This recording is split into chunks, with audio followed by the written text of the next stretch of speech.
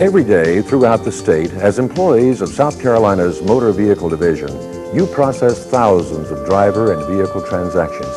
The job of a specialist is demanding, and because most customer transactions are handled one-on-one in front of the public, you should be at your best, using basic courtesies that communicate a positive image.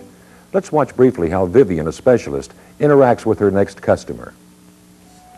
Good morning. May I help you, please? Yes, I'd like to renew the registration on my car. Certainly. Do you have your renewal notice? Yes, and I have my property tax receipt and my insurance certification. Anything else you need to see? That's it, Miss Thompson, except the money, of course. Oops, almost forgot that. There you go. Thank you. So far, this is an excellent example of public service conducted professionally and in a manner that is a pleasant experience for both Vivian and Mrs. Thompson.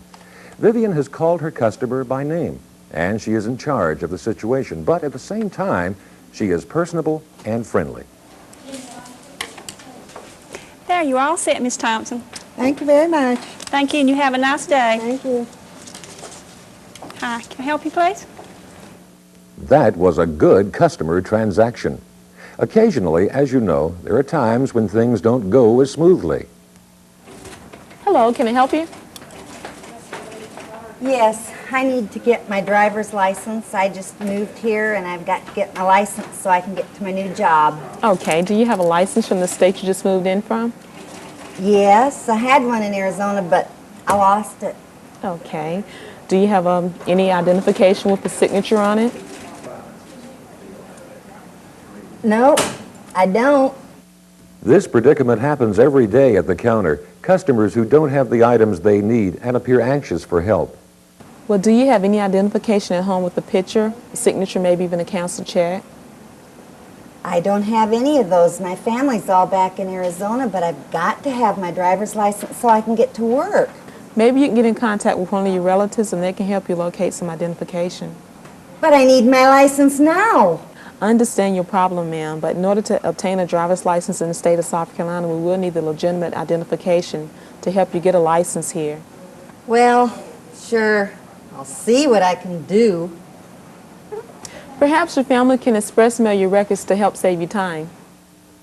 Notice how Jorah listened in a non-judgmental manner to Mrs. Little, giving her suggestions and even encouragement. Often you'll have to listen to a customer's story or set of circumstances and yet stay in control of the situation while following the Motor Vehicle Division's list of necessary requirements, fees, and penalties. Financial responsibility, Ms. Davis, may I help you? Listening to what the customer says is of primary importance. Don't speak too soon. Wait until you're sure of what the customer needs. When you do speak, speak at a pace that your customer can understand, and give them time to make notes of what you are saying.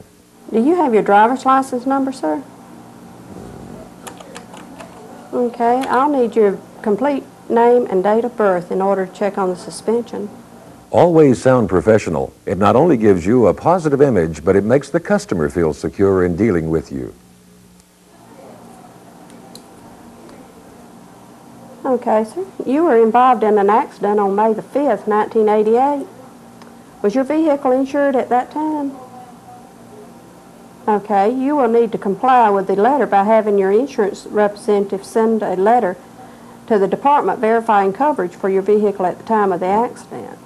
And make sure that you give the accident case number to your insurance agent so he can include it in his letter. Okay, sir. Okay, and you have a good day. Bye-bye. Many times, people's personal fears come to the surface when they enter a state office like the Motor Vehicle Division. They often feel like they're just a number. They aren't quite sure what they're supposed to do, and they're worried about getting the help they need. I always try to look my customer in the eye and not be distracted by the other people behind them in line. I guess you could say I focus right on them, listening to what they're saying. Well, we try to be as pleasant as possible and make our customers feel more comfortable. Both of these employees have touched on the most important point. Pay attention to the customer. And remember, it's important not to act or sound indifferent. Even on the phone, I try not to sound too rushed. I wait till they've told me everything before I start to answer. The phone is one of the most important instruments in your office. Remember Mrs. Little who came in and didn't have what she needed? She could have saved a lot of time and effort if she had phoned first. The phone can contribute immeasurably to informing the customer and cutting down on unnecessary trips to the division office. However, if handled improperly, it can add to the confusion. I can help you over here. Yes, I'd like to transfer the title of this car. So you'd like to transfer the title of this car to your name? That's right. Did you bring the bill of sale along with the odometer reading? Yes, here it is. Good. Now we'll need your vehicle inspection number, the Form 400, the title application. I think I have it all here. Is this the right one? Yes, this looks good. Now I need the property tax receipt too, of course. My dad's already taken care of that. He brought the receipt down when he got the license plate. It's on the car now. I'm afraid I can't transfer this to your name without a paid county tax receipt showing that the taxes were paid in your name. But I called down here and asked them about what to bring. They didn't say anything about that. Did you tell them it was in your father's name? They didn't ask me. Well, Mr. Simpson, you'll need to go to the county auditor's office where they'll prepare your bill. Then go to the treasurer's office and pay it. Your father will need to check with the treasurer's office to see if he is due a refund on any taxes he has paid. First, I've got to call my dad. I just wanted to handle this myself. Well, if you can get your tax receipt today, we can still get the car transferred to your name. Well, thanks for all your help. Good luck. Even though John called first and asked questions, it's become a major misunderstanding because he never thought to mention that the tax receipt was in his father's name. This could have been avoided if the telephone specialist had asked a few more questions, probed further to make sure John was prepared before coming into the office, and had gotten all of the information before ending the conversation. I've learned how to try to assist the phone customer to help them get everything they need. I let them write a list while we're talking, and I try to think of the right questions to ask depending on the situation.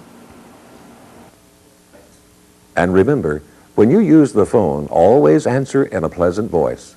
Ask detailed questions. Don't assume anything. Listen to the customer. If you don't know the answer, tell them so. Then find someone who does.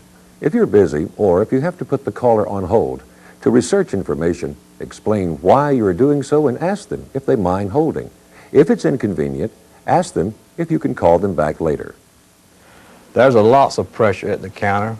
It takes a special individual to work well at the counter and also assist people on the phone. But it's all part of our duties. Remember, something as simple as not having filled the form out correctly can cause a customer to feel silly or stupid. And try to end every transaction on a positive note, even when the transaction cannot be successfully completed. Yes, sir, you can get your renewal today if you can be back here before 5. All right, thank you. Thank you. Bye-bye. It's unfortunate, but sometimes you have the responsibility of informing some customers about problems of a more personal nature. This should be done as discreetly as possible. According to our records, Mr. Heiss, you haven't paid the traffic ticket you received. I haven't had any ticket. Someone must have been using my license. I can see your concern over the matter, Mr. Heiss. I suggest that you call driver's records in Columbia. This really makes me mad. I may have to get my attorney involved in this. And what business is it of yours anyway? Mr. Heiss, I understand how you feel. If I were in your place, I'd feel the same way. I'm sorry that I can't be of any further help to you. That's why I suggest that you call driver's records in Columbia. Here's a number that you can call. Someone there will be glad to help you. Jeannie handled that well. Mr. Heiss really wasn't mad at her. He was upset over the situation and probably quite angry with himself over the predicament he found himself in. She acknowledged his feelings by saying things like, "I see that you're concerned, and I understand." Then she wisely suggested a way for him to solve his problem. Sometimes we have to listen to complaints and hear about personal problems. You aren't there to solve personal problems, but you can learn to delicately handle sensitive issues. Can I help you, please?